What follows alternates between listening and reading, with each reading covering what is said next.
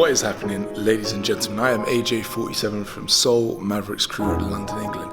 In today's tutorial is that tutorial I promised you a little while ago about conditioning your upside down freezes using a wall. Let's get into it.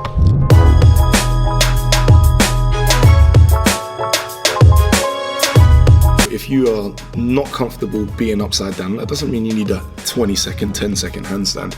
You just need to be able to comfortably hold a handstand against the wall. If you can't do that, then you're going to need to learn how to do that first before proceeding or even attempting this tutorial. Because bear in mind, you're going to be doing a one-handed freeze against the wall. So there is a big chance that you could fall and you could hurt yourself if your body is not ready and adapted for this kind of progression or exercise. All right. As I mentioned, a basic handstand against the wall. Now there's a few little techniques that you're going to need to apply to your handstand in case you think you've got a good handstand and then try to do the one-handed freeze and it doesn't work.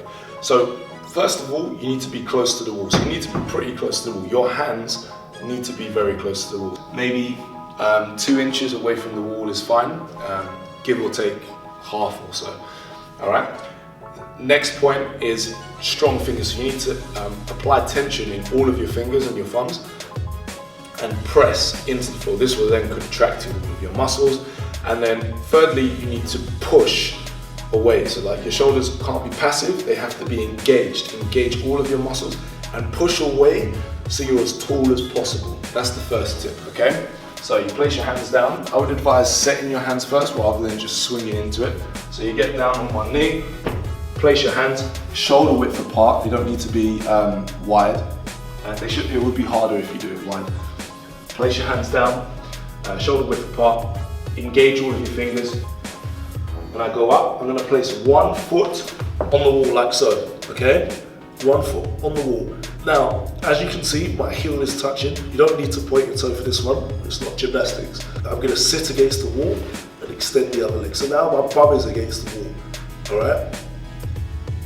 From here, what you're going to learn to do is extend, so you're nice and tall, and shift your weight to one hand. You see this? This you can take your time with, but for the sake of the video, I'm going to go quite quick, or you can place your hand here for balance, okay? I like to put it here just to test that I'm strong enough. Place it back down, take your time shifting your weight over. Notice how my head is close to my shoulder, to then come back up to this side, all right? Placing my hand down, come back down, have a little breather. Alright guys, so as I explained to you this process, just bear in mind that I've been doing this a while. I've spent quite a lot of time doing this conditioning exercise from when I started breaking. I've been breaking for a long time. So take into account that I've already got some strength even if I've not practiced it for a while. So when I cycle through these movements explaining the next step and the next step after that to you guys, just remember that I've been doing it a while and I don't want you to rush. Because if you rush, you can fall, you can hurt yourself, or you can just become demotivated and think, oh my God, I'm never going to get this. Take each step as it comes and take your time with each process. So again, when you can hold the one-handed handstand against the wall for 10 to 15 seconds, I mean, I would say better for 15 seconds, comfortably on both sides. Well, you don't have to have it on both sides. But I would just advise just to have the balance and the strength, especially if you're not actually practicing your freezes on the opposite arm. This is a good conditioning exercise to at least get some level of equilibrium between the muscles and the joints, okay? So it does help, so give it a try. But take your time transitioning and don't just jump up and go into one-hand freeze. I mean, yes, you can do things like that later once you're comfortable, but even then I would advise against it. Take your time because you can get injured in this. And you don't want to. So moving on, you can now do the one-handed handstand for 15 seconds with your head closed. A key little tip, when you do the one-handed handstand, as you can see, my head is in the middle. But when I shift my weight, I'm shifting my head pretty much as close to my arm as possible. So this line runs throughout my body, okay? From head to toe. Now that you can hold the one-handed handstand for 10 to 15 seconds on one hand, the next step is to actually get into the shape for our one-handed freeze. Now again, same process again, hands shoulder width apart, you're going to kick up, engaged fingers, pushing through your shoulders, nice and tall, up, place 1 foot on the wall, and shift your weight to the side, like so. I go to 5 fingers, but this time, I'm going to bring 1 foot down, like this, like so, and this leg is going to start to scissor like this, okay? Now, with my hand placed on the wall, it enables me to keep balance, holding this freeze. Now, once you're here and you get more comfortable, you'll start to get deeper and deeper, okay, with the freeze.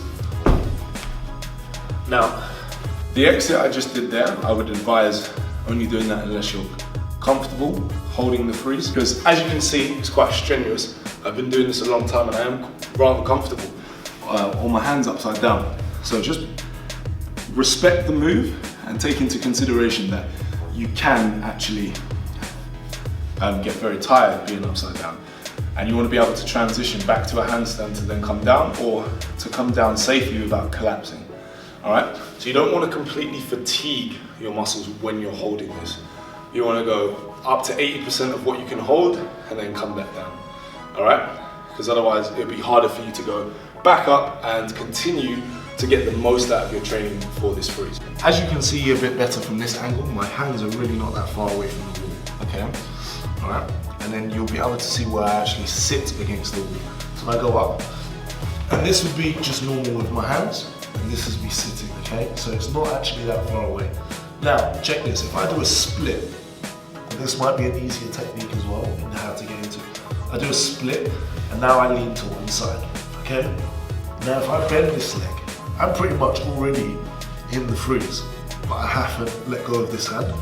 And as soon as I place it on the wall, like this, okay, I can get a bit deeper, like so, all right? Once you've got a comfortable one leg straight, one leg bent freeze, where you can have one foot sort of pressed up against the wall, it's time to then move on to the pike freeze, okay? The pike freeze, and again, same process. You find the freeze moderately comfortable, and then when you get comfortable, you start to try and bring your legs to your chest, and this will happen with you pushing your chest out and to the ceiling. The more you look towards your feet, take your time with that though, because you can fall. Pushing your chest out and then bringing your legs lower down to your chest.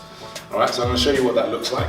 So again, going up, hands shoulder width apart, engaged fingers, pushing through the shoulders, up, switch your leg out, 5 fingers, 1, now I'm here, I'm gonna look to my leg here, and I start to move my butt a little bit more this way, and now I can start to lower this knee, and then straighten this leg, all right?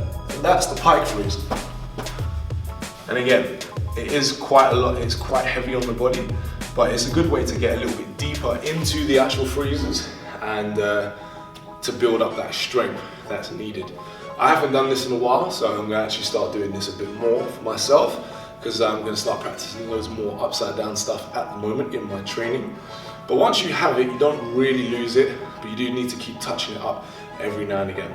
All right, ladies and gentlemen, do bear in mind that, again, this takes time. It's something that you should do over the course of a week, maybe 2, it's probably better 2, and you can keep touching up on it. You don't have to do this every day. You can do it like 4 times, 3 times a week. You should feel significant differences in your strength if you are doing it consistently for the right amount of time, giving the body the right amount of rest in between when you're going upside down on the wall, not to fatigue your muscles, only to go to about 80% of where you can hold it, then just come down and chill, it's fine. These conditioning exercises will not magically give you this freeze. You still need to practice this freeze without the wall, on the floor. It won't give you the freeze. Yes, it will help you get a bit deeper into the freeze, but then so will stretching, you know?